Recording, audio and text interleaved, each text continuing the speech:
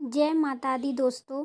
नवरात्रि में माँ दुर्गा के 9 अलग अलग स्वरूपों की पूजा की जाती है। माँ दुर्गा को प्रसन्न करने के लिए नवरात्रि के दिन सबसे अच्छे माने जाते हैं।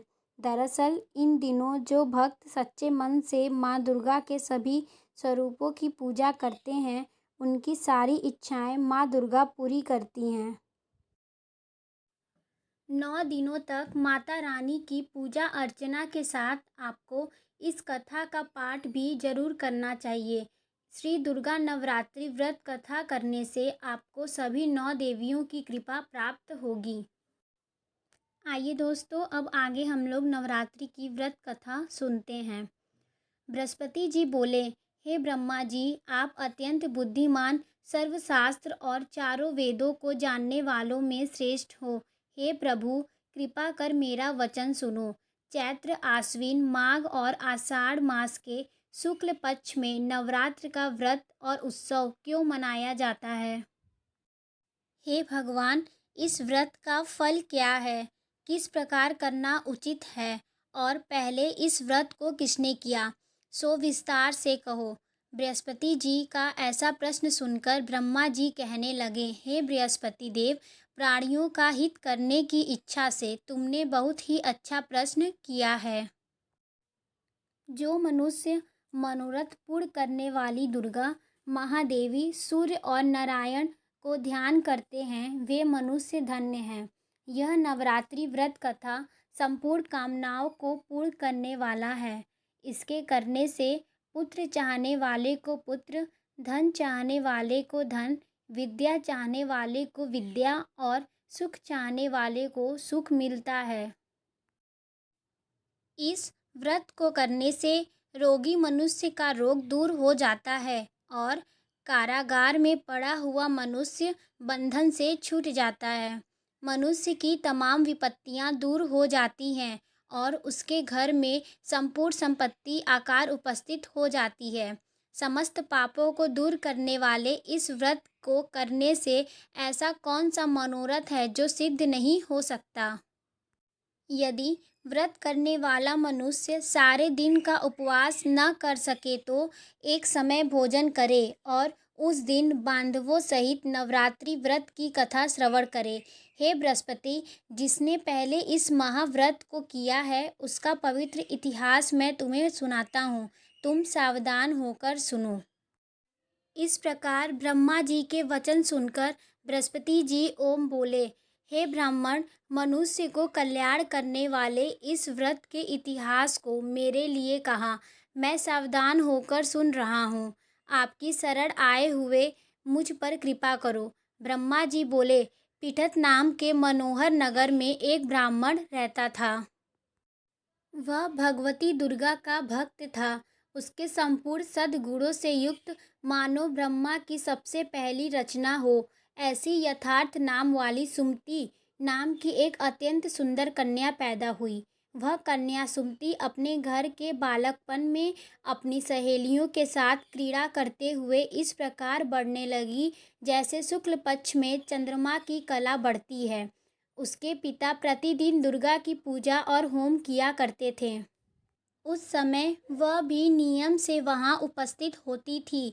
एक दिन वह सुमति अपनी सखियों के साथ खेलने लग गई और भगवती के पूजा में उपस्थित नहीं हुई। उसके पिता को पुत्री की ऐसी असावधानी देखकर क्रोध आया और पुत्री से कहने लगा कि हे दुष्ट पुत्री, आज प्रभात में तुमने भगवती का पूजन नहीं किया है, इस कारण मैं किसी दरिद्र मनुष्य के साथ तुम्हारा विवाह करूँगा। इस प्रकार कुपित पिता के वचन सुनकर सुमति को बड़ा दुख हुआ और पिता से कहने लगी कि हे पिताजी, मैं आपकी कन्या हूँ, मैं आपके सब तरह से अधीन हूँ। जैसे आपकी इच्छा हो मेरी विवाह कर सकते हो। होगा वही जो मेरे भाग्य में लिखा है। मेरा तो इस पर पूर्ण विश्वास है। मनुष्य न जाने कितने मनोरथों को चिंतन करता है, पर होता वही है जो भाग्य में विधाता ने लिखा होता है। जो जैसा करता है उसको फल भी उस कर्म के अनुसार ही मिलता है। क्योंकि कर्म करना मनुष्य के अधीन है, पर फल देव के अधीन है। जैसे अग्नि में पड़े हुए तीर भी उसको अधिक प्रदीप्त कर देते हैं, उसी तरह अपनी कन्या के साथ ऐसा निर्भयता से कहे हुए वचन सुनकर उस ब्राह्मण को अधिक क्रोध आया। तब उसने अपनी कन्या का एक कुष्ठी के साथ विवाह कर दिया और अत्यंत क्रुद्ध होकर पुत्री से कहने लगा कि जाओ जाओ, जल्दी जाओ, अपने कर्म का फल भोगो। देखे केवल भाग्य भरोसे पर रहकर क्या करती हो। इस प्रकार से कहे हुए पिता के कटु वचनों को सुनकर सुमिति अपने मन में विचार करने लगी कि अहो, मेरा बड़ा दुर्भाग्य है जिससे मुझे ऐसा पति मिला है। इस तरह अपने दुख का विचार करती हुई वह सुमति अपने पति के साथ वन चली गई और भयानक वन में कुशायुक्त उस स्थान पर उन्होंने वह रात बड़े कष्ट से व्यतीत की। उस गरीब बालिका की ऐसी दशा देखकर भगवती पूर्व पुण्य के प्रभाव से प्रकट होकर सुमति से कहने लगी कि हे ब्राह्मणी, मैं तुम पर प्रसन्न हूँ। तुम जो चाहो वरदान मांग सकती हो। मैं प्रसन्न होने पर मनोवांछित फल देने वाली हूँ। इस प्रकार भगवती दुर्गा का वचन सुनकर ब्राह्मणी कहने लगी कि आप कौन हैं जो मुझ पर प्रसन्न हुई हो। यह सब मेरे लिए कहा और अपनी कृपा दृष्टि से मुझ दासी को कृतार्थ करो। ऐसा ब्राह्मणी का वचन सुनकर देवी कहने लगी कि मैं आदि शक्ति हूँ, मैं ही ब्रह्मा, विद्या और सरस्वती हूँ। मैं प्रसन्न होने पर प्राणियों के दुख दूर कर उसको सुख प्रदान करती हूँ। हे ब्राह्मणी, मैं तुम पर तेरे पूर्व जन्म के पुण्य के प्रभाव से प्रसन्न हूँ। मैं तुम्हारे पूर्व जन्म के बारे में बताती हूँ, सुनो। तुम पूर्व जन्म में निषाद की स्त्री थी और अति पतिव्रता थी। एक दिन तेरे पति निषाद ने चोरी की। चोरी करने के कारण तुम दोनों को सिपाहियों ने पकड़ लिया और ले जाकर जेल खाने में कैद कर दिया। उन लोगों ने तुम्हें और तुम्हारे पति को भोजन भी नहीं दिया। इस प्रकार नवरात्र के दिनों में तुमने न तो कुछ खाया और न जल ही पिया, इसलिए 9 दिन तक नवरात्र का व्रत हो गया। हे ब्राह्मणी, उस दिनों में जो व्रत हुआ, उस व्रत के प्रभाव से प्रसन्न होकर तुम्हें मनोवांछित वस्तु दे रही हूँ। तुम्हारी जो इच्छा हो सो मांगो। इस प्रकार दुर्गा के कहे वचन सुनकर ब्राह्मणी बोली कि अगर आप मुझ पर प्रसन्न हैं तो हे दुर्गे, आपको प्रणाम करती हूँ। कृपा करके मेरे पति के कोढ़ को दूर करो। देवी कहने लगी कि उन दिनों में जो तुमने व्रत किया था, उस व्रत के एक दिन का पुण्य अपने पति का कोढ़ दूर होने के लिए अर्पण करो। मेरे प्रभाव से तेरे पति कोढ़ से रहित और सोने के समान शरीर वाला हो जाएंगे। ब्रह्मा जी बोले। इस प्रकार देवी का वचन सुनकर वह ब्राह्मणी बहुत प्रसन्न हुई और पति को निरोग करने की इच्छा से ठीक है ऐसे बोली। तब तक उसके पति का शरीर भगवती माँ दुर्गा की कृपा से कुष्ठहीन होकर अति कांति युक्त हो गया, जिसकी कांति के समान चंद्रमा की कांति भी क्षीण हो जाती है। तब वह ब्राह्मणी पति की मनोहर देह को देखकर देवी को अति पराक्रमी वाली समझकर स्तुति करने लगी कि हे दुर्गा, आप दुर्गत को दूर करने वाली, तीनों जगत का संताप हरने वाली, समस्त दुखों को दूर करने वाली, रोगी मनुष्य को निरोग करने वाली, प्रसन्न होने पर मनोवांछित वस्तु को देने वाली तथा सारे दुष्ट मनुष्यों का नाश करने वाली हो। हे देवी, तुम ही सारे जगत की माता और पिता हो। हे अम्बे, मुझ अपराध रहित अबला की मेरे पिता ने कुष्ठ के साथ विवाह कर मुझे घर से निकाल दिया। उसकी निकाली हुई मैं पृथ्वी पर घूमने लगी। आपने ही मेरा इस आपत्ति रूपी समुद्र से उद्धार किया है। हे देवी, आपको प्रणाम करती हूँ। मुझ दीन की रक्षा करो। ब्रह्मा जी बोले कि हे बृहस्पति, इसी प्रकार उस सुमति ने मन से देवी की बहुत स्तुति की। उससे की हुई स्तुति सुनकर देवी को बहुत संतोष हुआ और ब्राह्मणी से कहने लगी कि हे ब्राह्मणी, तुम्हारे उदयाल नाम का एक अति बुद्धिमान, धनवान, कीर्तिवान और जितेंद्रिय पुत्र शीघ्र ही होगा। ऐसा कहकर वह देवी उस ब्राह्मणी से फिर कहने लगी कि हे ब्राह्मणी, और जो कुछ तेरी इच्छा हो वही मनोवांछित वस्तु तुम मांग सकती हो। ऐसा भगवती दुर्गा का वचन सुनकर सुमति बोली कि हे भगवती दुर्गे, आप अगर मेरे पर प्रसन्न हैं तो कृपा कर मुझे नवरात्रि विधि बताइए। हे दयावती, जिस विधि से नवरात्रि व्रत करने से आप प्रसन्न होती हैं, उस विधि और उसके फल को मेरे लिए विस्तार से वर्णन करें।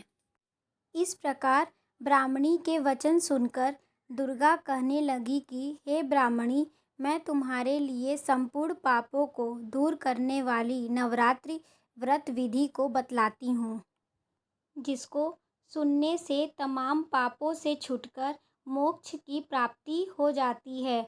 आश्विन मास के शुक्ल पक्ष की प्रतिपदा से लेकर 9 दिनों तक विधि पूर्वक व्रत करें।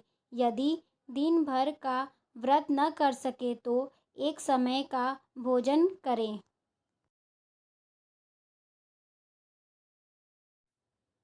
पढ़े लिखे ब्राह्मणों से पूछकर घट स्थापना करें और वाटिका बनाकर उसको प्रतिदिन जल से सींचें। महाकाली, महालक्ष्मी और महासरस्वती की मूर्तियाँ बनाकर उसकी नित्य विधि सहित पूजा करें और पुष्पों से विधि पूर्वक अर्घ्य दें। बिजौरा के फूल से अर्घ्य देने से रूप की प्राप्ति होती है। जायफल से कीर्ति, दाख से कार्य की सिद्धि होती है। आंवले से सुख और केले से भूषण की प्राप्ति होती है। ठीक इसी प्रकार फलों से अर्घ्य देकर यथाविधि हवन करें।